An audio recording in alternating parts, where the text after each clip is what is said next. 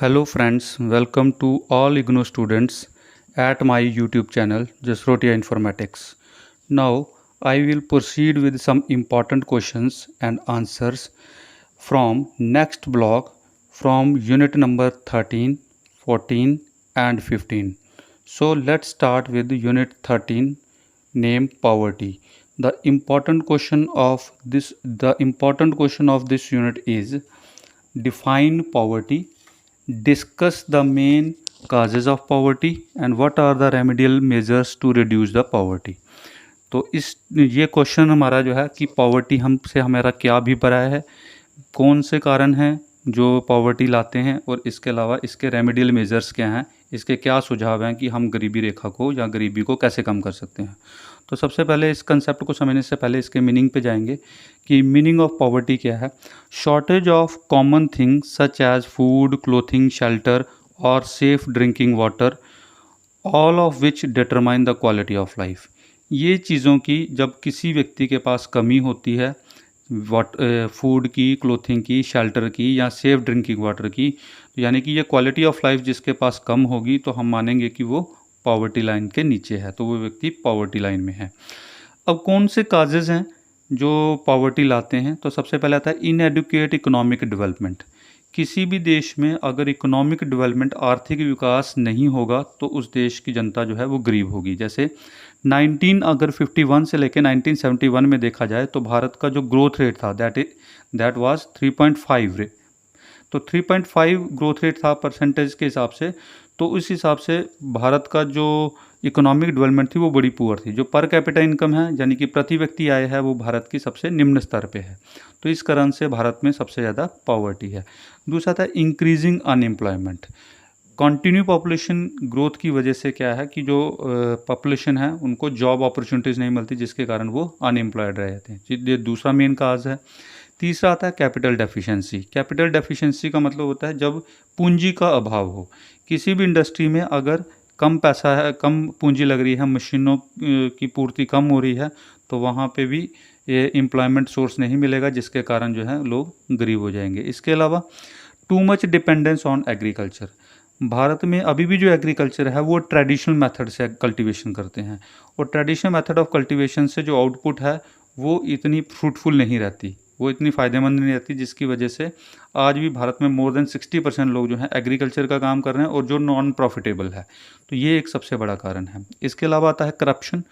Corruption जो है ये एक सबसे बड़ा सेटबैक है कि जितना बड़े कम लोग हैं जिनके पास रिसोर्सेज ज़्यादा हैं, लेकिन बड़े ज़्यादा लोग ऐसे हैं जिनके पास रिसोर्सेज कम हैं। तो वो करप्शन की वजह से ये एक फैक्टर आता है। दूसरा, political power is disproportionately centralised. जो पॉलिटिकल पावर हैं वो डिसप्रपोर्शनली सेंट्रलाइज्ड हैं कुछ लोगों के हाथों में। तो वो लोग करप्ट प्रैक्टिस से जो है सारा इकोनॉमिक रिसोर्सेज ले जाते हैं, जबकि बाकी जो पॉपुलेशन है वो पॉवर्टी लाइन में रह जाती है। इसके अलावा जोग्राफिकल फैक्टर्स हैं, जैसे फ्लड है। इसके अलावा ड्रॉट प्रोन एरियाज़ हैं, जहाँ पे सूखा पड़ता है या जहाँ पे फ्लड्स ज़्यादा आते हैं, तो उस एरिया में जोग्राफिकल फैक्टर की वजह से भी वहाँ पे अक्सर लोग पॉवर्टी लाइन में रहते हैं। इसके अलावा सोशल इनइक्वालिटीज़।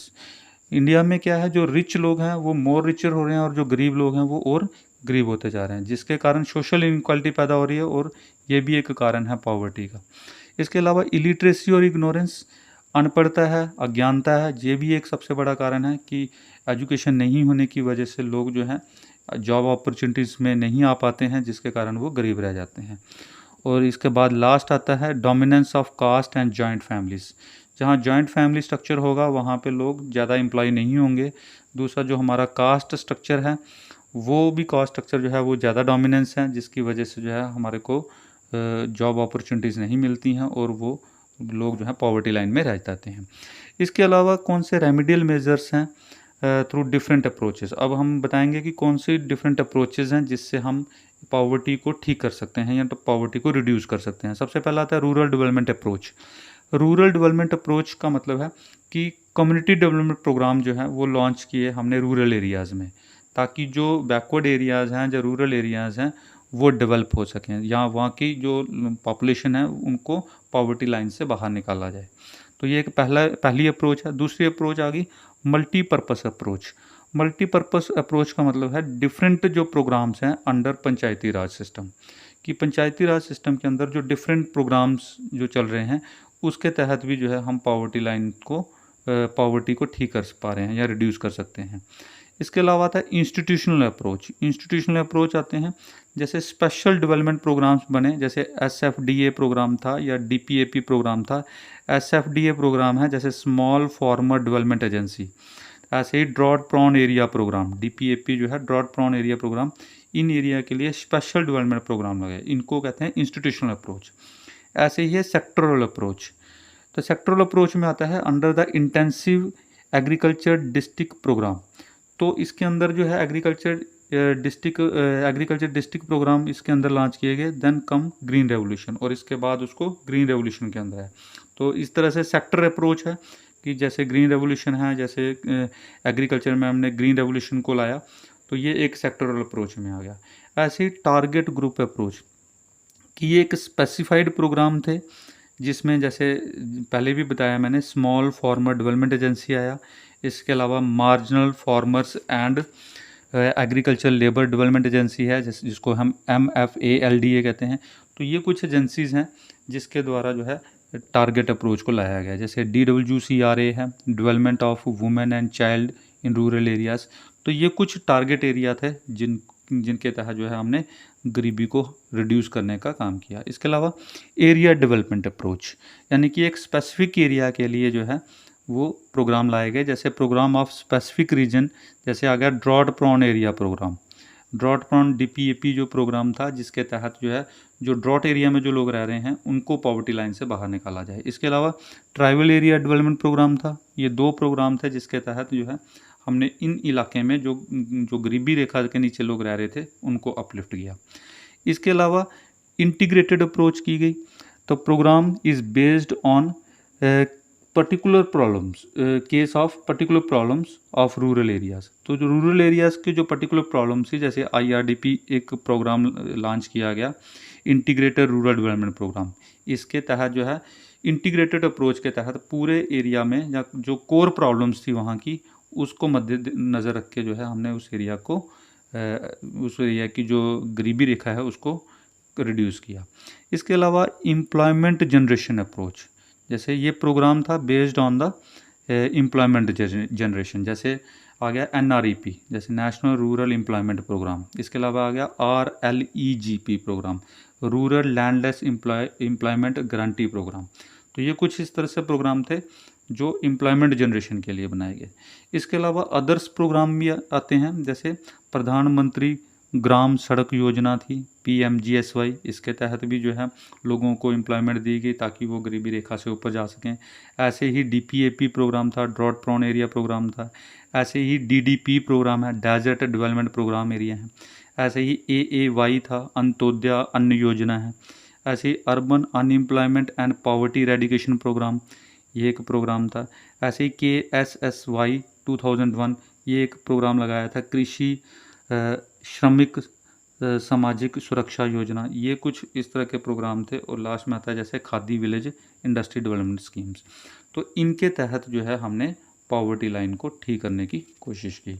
तो ये हमारा एक पहला क्वेश्चन था पॉवर्टी से रिलेटेड।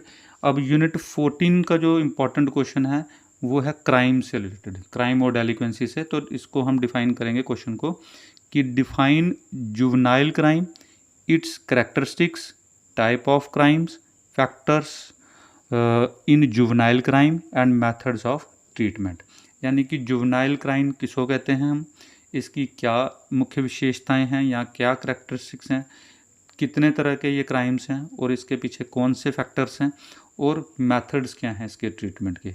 तो जुवेनाइल क्राइम हम किसको बोलते हैं या डेलिक्वेंसी हम किसको बोलते हैं, applies to the violation of criminal code और a certain pattern of behaviour disapproved by children and young adolescents. कोई भी यंग बच्चा या एडोलसेंस, कोई भी बच्चा जो है, अगर वो अपने बिहेवियर से अलग हटके कोई वायलेशन करता है क्रिमिनल कोड की, तो उसको हम जुवेनाइल क्राइम के अंदर डालते हैं। जैसे अब इसकी कैरेक्टरिस्टिक्स क्या है कि किस तरह की डेलिक्वेंसी जो है वो देखने को मिलती है। Juvenile crime rates are much high among boys than girls. तो जुवेनाइल जो क्राइम है वो सबसे ज़्यादा क्राइम बॉयज़ में देखा जाता है एज़ कम्पेयर टू गर्ल्स। ये सबसे पहली करेक्टरिस्टिक्स है। दूसरा आ गया, crime rates tend to be highest during early adolescence.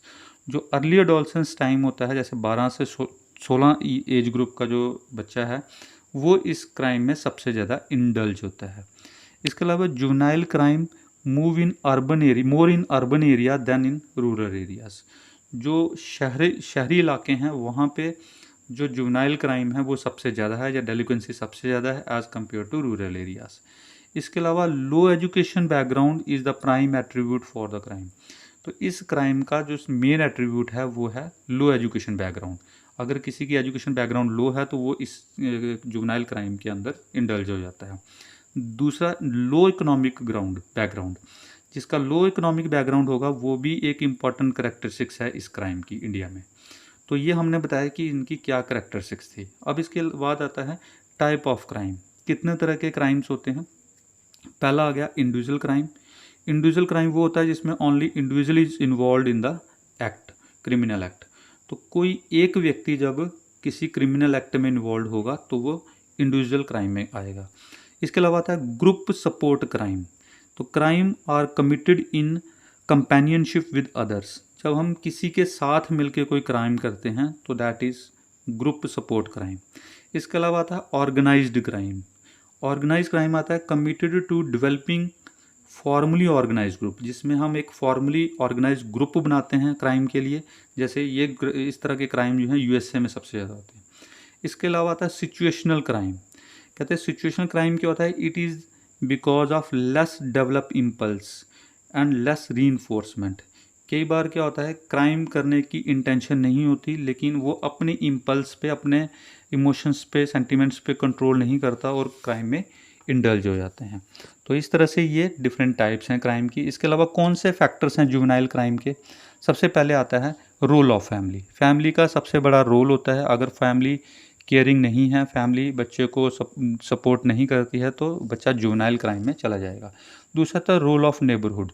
अगर उसका जो पड़ोसी है या सोशल सर्कल जो है वो किस तरह का है, उस पर डिपेंड करता है कि वो किस तरह के क्राइम में इन्वॉल्व हो जाएगा। इसके अलावा जो उसके इमोशनल डिप्राइवेशन, अगर बच्चा इमोशनली डिप्राइव्ड हो रहा है तो वो भी एक रीज़न है इसके जुवेनाइल क्राइम का। इसके अलावा role of cinema and literature. जो बच्चा सिनेमा देख रहा है या गलत लिटरेचर पढ़ रहा है, तो जैसे मूवीज़ हैं या लिटरेचर हैं featuring immorality, smoking, drinking and bloodshed, तो ये वाले सीन जब बच्चा देखता है या लिटरेचर पढ़ता है इस तरह के जिसमें स्मोकिंग दिखाई गई हो, ड्रिंकिंग हो, इमोरल एक्ट हों, इसके अलावा ब्लडशेड सीन दिखाए गए हों, तो उस वजह से भी बच्चा जो है इस क्राइम में इन्वॉल्व हो जाता है। अब कौन से मेथड्स हैं जिसके द्वारा हम जुवेनाइल क्राइम को कम कर सकते हैं। तो एक आता है साइकोथेरेपी। पहला जो मेथड होगा साइकोथेरेपी में हम क्या करेंगे, जो बच्चे की प्रॉब्लम है तो वो उसको सॉल्व करने, जो कन्फ्लिक्ट्स उसके माइंड में चल रहे हैं उस कन्फ्लिक्ट्स को हम सॉल्व करने की कोशिश करें। ये ट्रीटमेंट साइकोथेरेपी ट्रीटमेंट होगा। दूसरा रियलिटी थेरेपी। रियलिटी थेरेपी में आएगा फुलफिल देयर बेसिक नीड्स। अगर हम बच्चे की जो बेसिक नीड्स हैं उसको पूरा नहीं कर पाते हैं तभी बच्चा जुवेनाइल क्राइम में जाएगा। अगर हम उसकी बेसिक नीड को पूरा करते हैं तो कहीं किसी हद तक जो है वो जुवेनाइल क्राइम के अंदर नहीं इन्वॉल्व होगा। इसके अलावा एक्टिव थेरेपी, जैसे जो हमारे पेरेंट्स में या फैमिली में या सोसाइटी में कुछ ऐसे लोग हैं जिनके अंदर एक वर्बल एबिलिटी हो ताकि वो कम्युनिकेट कर सकें इफ़ेक्टिवली, ताकि जो जुवेनाइल बच्चे हैं या इस तरह से क्राइम में इन्वॉल्व हैं तो उनको वो वर्बली इसके अंदर ऐसी एबिलिटी हो कि उनको ईजिली कम्युनिकेट करके उनको मोल्ड कर सकें। दूसरा आता है इन्वायरमेंटल थेरेपी। जैसे बच्चे को हम प्रोवाइड पॉजिटिव या एक हेल्दी इन्वायरमेंट दें, एक ऐसी पॉजिटिव इन्वायरमेंट में रखें ताकि वो गलत सोसाइटी में या नेगेटिव साइड में ना जाए। इसके अलावा आ गए बिहेवियरल थेरेपी। बिहेवियरल थेरेपी आती है it involve in a new learning process. बच्चे को किसी एक नई लर्निंग प्रोसेस में इंडल्ज करना या इन्वॉल्व कर देना ताकि वो डेलिंक्वेंट वाले पाथ से या जुवेनाइल क्राइम वाले पाथ से अलग हो जाए। तो ये एक अलग इम्पॉर्टेंट क्वेश्चन था। अब आता है यूनिट 15 का क्वेश्चन। यूनिट 15 जो है ये ड्रग एडिक्शन और अल्कोहलिज्म के ऊपर टॉपिक है। तो इसमें जो क्वेश्चन इंपॉर्टेंट क्वेश्चन है वो है define drug addiction and alcoholism and causes of drug addiction, symptoms और ill effects and various methods of diagnosis and treatment of addictions. तो इस टॉपिक में हम क्या कवर करेंगे, पहले बताएंगे कि ड्रग्स किसको कहते हैं। तो कहते हैं ड्रग आ गया, broadly speaking is any substance that when absorbed into body of living organism other normal body functions। तो जब हमारा जो बॉडी फंक्शंस हैं, कोई भी बाहर से सब्सटेंस हमारी बॉडी में जाता है तो जो हमारी बॉडी का जो नॉर्मल फंक्शनिंग है उसमें अगर किसी तरह से चेंजेस आना शुरू हो जाएं तो इट मीन्स हम ड्रग्स, उसको हम ड्रग कहेंगे। इसके अलावा एडिक्शन किसको कहते हैं, means excessive psychological dependence and compulsion such as alcoholism. अगर किसी चीज़ की हमें एक साइकोलॉजिकल डिपेंडेंस हो जाए, यानी कि हम मानसिक तौर से किसी चीज़ पर निर्भर हो जाएं या हमारी कोई चीज़ की मजबूरी बन जाए कि हम उसके बिना नहीं रह सकते, तो जैसे अल्कोहलिज्म है, जैसे शराब पीना है, तो ये एक ड्रग एडिक्शन में आता है। तो ऐसे ही बहुत सारी एडिक्शंस होती हैं, सिर्फ ड्रग एडिक्शंस नहीं होती। इसके अलावा जैसे मूवी एडिक्शंस भी हैं, मनी मेकिंग एडिक्शंस हैं, तो ये सारी एडिक्शंस होती हैं। तो अब आती है हमारी हमारा जो मेन टॉपिक है वो है ड्रग एडिक्शन। अब कौन से रीजंस हैं जो एडिक्शंस करवाते हैं या इन्फ्लुएंसिंग फैक्टर्स कौन से हैं, तो ऐसे कौन से कारण हैं जिसकी वजह से लोग ड्रग एडिक्शन में पड़ते हैं। तो सबसे पहले आता है स्ट्रेस ऑफ जॉब। कई लोगों को अपनी जॉब में बहुत ज़्यादा स्ट्रेस होता है जिसकी वजह से वो इन एडिक्शंस में पड़ जाते हैं। इसके अलावा आता है हॉस्टाइल या अनसोशल नेचर। अब कई लोग जो हैं वो अनसोशल होते हैं, यानी कि वो सोशल नहीं होते, वो उनका एक इंट्रोवर्ट एटीट्यूड होता है जिसकी वजह से, या हॉस्टाइल रहते हैं लोगों से, इसकी वजह से भी वो ड्रग में इन्वॉल्व हो जाते हैं। दूसरा आता है dissatisfied in the family life. कई लोग जो हैं फैमिली लाइफ से डिस्टर्ब होते हैं या फैमिली में किसी तरह की कोई प्रॉब्लम है जिसकी वजह से वो एडिक्टेड हो जाते हैं। इसके अलावा कंपनी और एडिक्टेड फ्रेंड्स। अगर कोई व्यक्ति किसी एडिक्टेड फ्रेंड्स के साथ या एडिक्टेड कंपनी के साथ अपनी फ्रेंडशिप करता है तो उस केसेस में भी वो बच्चा जो है या वो व्यक्ति जो है वो एडिक्टेड हो जाएगा, ड्रग एडिक्टेड हो जाएगा। Lack of adequate facilities for recreation. के लोगों के पास मनोरंजन के साधन नहीं होते और जिसकी वजह से वो रिक्रिएशन सोर्सेस नहीं होने की वजह से भी वो ड्रग एडिक्शन में चला जाएगा। इसके अलावा कुछ इन्वायरमेंटल फैक्टर होते हैं जैसे including the prevalence of smoking and drug use in the family. जैसे इन्वायरमेंटल फैक्टर में आ गया, जैसे कोई लोग जहाँ पे वो लोग स्मोकिंग करते हैं ज़्यादा या उनकी फैमिली में कोई ड्रग का इस्तेमाल करता होगा तो वो बच्चा भी ऑटोमेटिकली इन्वॉल्व हो जाएगा या व्यक्ति वो इन्वॉल्व हो जाएगा। इसके अलावा अब जो एडिक्टेड लोग होते हैं उनके क्या सिम्टम्स होते हैं, सिम्टम्स ऑफ एडिक्शन क्या हैं। सबसे पहला loss of control on body and mind. उस व्यक्ति का बॉडी और माइंड पे अपना कंट्रोल नहीं रहता। दूसरा behavioural change in due modification in eating. अब उसमें बिहेवियरल चेंजेस आना शुरू हो जाती हैं, जैसे ईटिंग में या स्लीपिंग पैटर्न जो है वो चेंज हो जाएगा या मॉडिफाई हो जाएगा। इसके अलावा change in their friend circle. जो उसका फ्रेंड सर्कल था वो भी बदल जाएगा, वो जो एडिक्टेड लोग होंगे वो उसके फ्रेंड सर्कल में आ जाएंगे। दूसरा केयरलेस अबाउट पर्सनल अपीयरेंस। वो व्यक्ति अपनी पर्सनल अपीयरेंस को लेके केयरलेस रहेगा, उसको जो प्रॉपर ड्रेसअप नहीं रखेगा अपने आप को, तो इस तरह से उसके अंदर जो है ये चेंजेस आना शुरू होते हैं। दूसरा डिप्रेस्ड एंड फैटीग, यानी कि वो व्यक्ति हमेशा डिप्रेस रहेगा या थका हुआ महसूस करेगा। इसके अलावा ड्रॉपी आईलिड्स, क्योंकि उसकी आंखें हमेशा बंद नज़र आएंगी या वो आंखें हमेशा क्लोज रखेगा। दूसरा आता है स्लोड एंड स्लर्ड स्पीच, उसकी आवाज़ धीमी हो जाएगी या वो हकलाना शुरू हो जाता है। और इसके बाद लास्ट आता है वोमिटिंग। कई बार जो है कई जगहों पे कई मौक़ों पे वो वोमिटिंग करेगा या उल्टी करेगा। तो इस तरह के ये सिम्टम्स हैं जो एडिक्टेड लोग होते हैं। इसके अलावा कौन से मेथड्स हैं जो इसके डायग्नोसिस के या इसके ट्रीटमेंट के लिए, तो इसको डायग्नोसिस करने के लिए या ट्रीटमेंट करने के लिए कौन से मेथड हैं। जैसे पहला मेथड आएगा साइकोलॉजिकल थेरेपी, फैमिली थेरेपी और फॉलोअप। साइकोलॉजिकल थेरेपी में आएगा पहले lectures given about damage of drug addiction, कि कोई व्यक्ति अगर बार बार लेक्चर देगा कि इन काउंसलिंग करेगा कि जो एडिक्टेड लोग हैं कि अपने लेक्चर के माध्यम से एडिक्शन के क्या नुकसान होते हैं, तो ये बार बार हम अगर मोटिवेट करेंगे या अवेयरनेस करेंगे तब जो है एक जो एडिक्टेड पर्सन है उसको हम ठीक कर सकते हैं। दूसरा आता है ग्रुप थेरेपी, यानी कि sharing of thoughts and feelings in supportive environment, कि एक सपोर्टिंग इन्वायरमेंट किया जाए, वहाँ पे उन सभी लोगों को जो एडिक्टेड हैं और जिन्होंने एडिक्शन छोड़ दिया है तो उन सभी को थॉट्स शेयर किए जाएं ताकि एक सपोर्टिव इन्वायरमेंट में वो अपने आप को ठीक कर पाए। दूसरा काउंसलिंग, यानी कि अप्रोप्रिएट सुजेशन देना। अगर कोई एडिक्टेड पर्सन है तो उसको एक अप्रोप्रिएट एक पॉजिटिव सुजेशन देना जिसकी वजह से वो अपने आप धीरे धीरे ट्रैक पे आ जाए। दूसरा सेल्फ हेल्प ग्रुप्स, यानी कि जो एडिक्टेड लोग हैं इनके ट्रीटमेंट के लिए एक ट्रीटमेंट सेंटर एफर्ट्स होने चाहिए। ट्रीटमेंट सेंटर एफर्ट्स से ये इनको हम काउंसलिंग करके जो है ठीक कर सकते हैं। इसके अलावा आ गया फैमिली थेरेपी। फैमिली थेरेपी में आ गया इनकरेज इन अप्रोप्रिएट वे, कि जो फैमिली मेम्बर्स हैं वो अप्रोप्रिएट तरीके से उनको जो है ट्रीट करें और उनको फैसिलिटेट करें। और लास्ट आता है फॉलो अप, कि continue support to addicted person, कि जो एडिक्टेड पर्सन है वो इतनी जल्दी ठीक नहीं होते, इसलिए उनको कंटिन्यू सपोर्ट जो है वो करते रहना चाहिए। तो ये हमारे कुछ 3 यूनिट थे जो इम्पोर्टेंट टॉपिक थे जो हमने इसमें लिए हैं। तो ये बहुत ही इम्पोर्टेंट टॉपिक थे। तो इसके अलावा जो नेक्स्ट जो इम्पोर्टेंट टॉपिक होंगे वो मेरी नेक्स्ट वीडियो में मैं उसको शेयर करूँगा आपके साथ।